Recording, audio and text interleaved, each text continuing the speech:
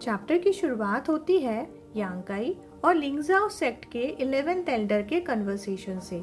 यांगकाई ने थोड़ा कंफ्यूजन के साथ पूछा, क्या मैं पूछ सकता हूँ कि कुनलोंग रिवाइन के डेप्थ से यांग एनर्जी सीप क्यों हो रही है? एल्डर ने एक कंपोज टोन में जवाब दिया, वहाँ नीचे एक यांग एलिमेंट का ट्रेजर छुपा हुआ है। यांगकाई थोड़ा थॉटफुल लग रहा था, लेकिन एक छोटी सी फरो के साथ सोचा, तो ये मैं पहले ही गेस कर सकता था, लेकिन मुझे समझ नहीं आ रहा था कि इसकी एक्चुअल आइडेंटिटी क्या है। यांगकाई का एक्सप्रेशन क्यूरोसिटी और डिसबिलीफ का परफेक्ट मिक्स था। एल्डर ने कामली पूछा, क्या तुम्हें पता है कि कुनलोंग रिवाइन कैसे बना?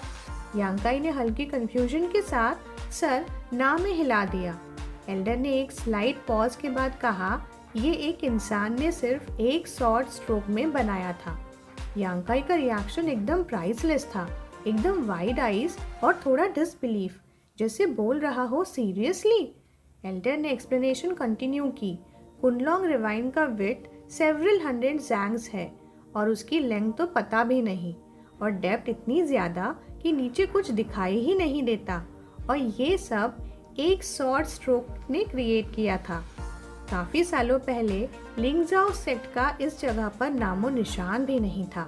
एल्डर ने कहानी शुरू की, जैसे कोई पुराना लेजेंड सुना रहे हो। उस वक्त हमारे ग्रेट ग्रैंड मास्टर इस लैंड से गुजर रहे थे और उनकी तकरार एक पावरफुल विलन के साथ हो गई। दोनों के बीच में एक बड़ी बैटल हुई।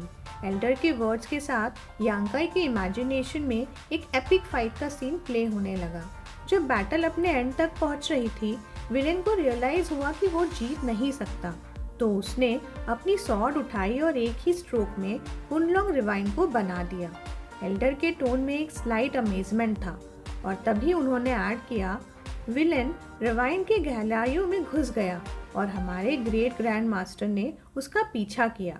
एल्डर ने कहानी आगे बढ़ाई, बहुत कोशिशों के बाद हमारे ग्रेट ग्रैंड मास्टर ने उस विलेन को हरा दिया, लेकिन वो विलन इतना पावरफुल था कि उसकी मौत के बाद भी हमारे ग्रैंड मास्टर बहुत थक चुके थे। यांगकाई ध्यान से सुन रहा था और एक डीप रिस्पेक्ट फील कर रहा था। उन्होंने बहुत साल ये जगह प्रोटेक्ट की, जब तक उन्हें यकीन नहीं हो गया कि अब यहाँ कोई खतरा नहीं है। तभी उन्होंने लिंगजाओ सेक्ट की स्थापना की। एल्डर ने काम येट थॉटफुल टोन में कहा। नीचे रिवाइन की तरफ देखते हुए एल्डर ने ऐड किया, कुनलोंग रिवाइन के नीचे सिर्फ डार्कनेस है।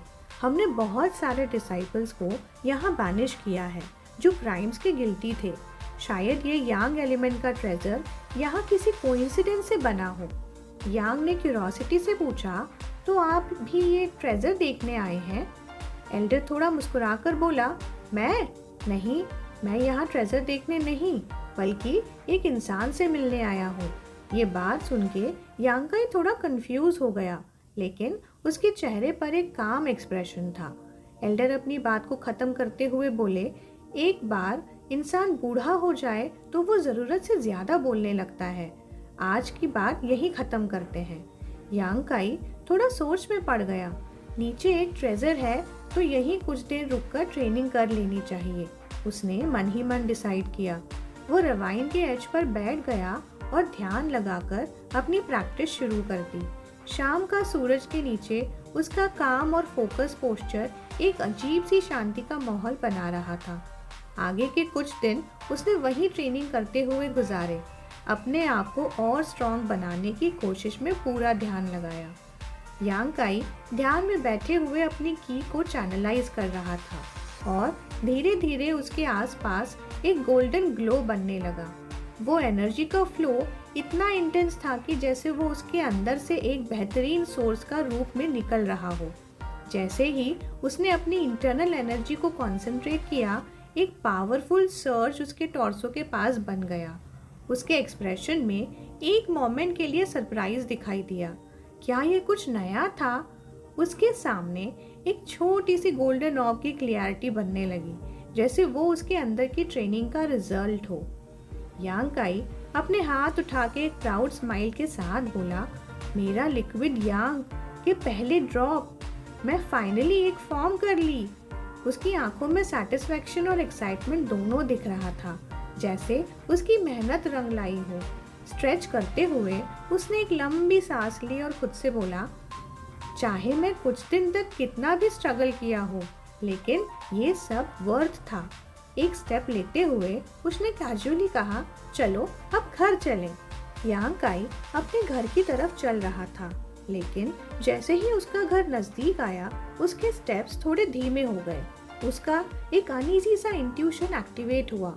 दरवाजा देखते ही वो रुक गया और अपने आप से बोला, मुझे याद है मैंने डोर प्रॉपरली बंद किया था जब मैं इस जगह को छोड़ा था, फिर ये खुला कैसे? वो धीरे से अंदर घुसा और दरवाजा हल्के सा धकेल कर देखा।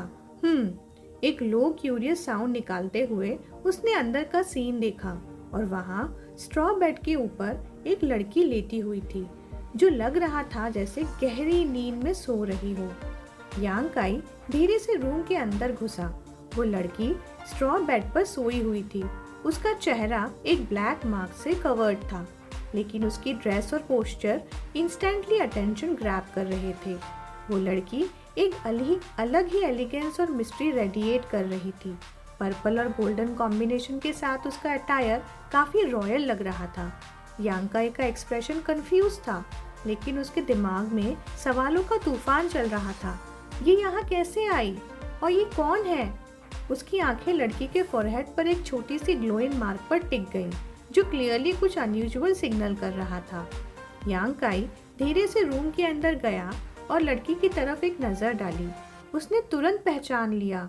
जैसा सोचा था, ये वही सीनियर सिस्टर है जो कंट्रीब्यूशन हॉल में मिली थी।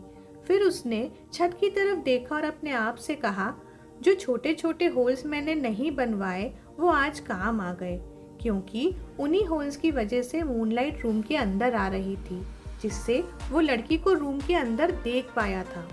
सीनियर सिस्टर की नींद टूटी और तुरंत वो अपने आसपास का माहौल समझने की कोशिश करने लगी। उसकी आंखों में एक हल्की सी कंफ्यूजन थी, लेकिन तुरंत उसकी नज़र यांग काई पर टिक गई। वो सीधे बैठ गई अलर्ट मोड में। दोनों के बीच एक ऑकवर्ड साइलेंस छा गया। यांग काई का एक्सप्रेशन कुछ ज्यादा ही काम लग रहा था, लेकिन अंदर ही अंदर वो सोच रहा था कि सिचुएशन कैसे हैंडल करे। फिर उसने ऑकवर्डली गला साफ किया और बोला, सीनियर सिस्टर, आपको कैसे एड्रेस करूं? उसकी टोन पोलाइट थी, लेकिन अंदर से वो सिचुएशन को रिलैक्स करने की पूरी कोशिश कर रहा था। यांग काई ने अपने मन में सोचा, वो क्या था? मैंने कैसे बात की कि लग रहा था जैसे मैं कोई लीचर हूँ। उसका एक्सप्रेशन एकदम ऑकवर्ड हो गया, लेकिन उसने अपने आप को संभाला। सीनियर सिस्टर ने कैजुअली जवाब दिया, मेरा सरनेम जिया है।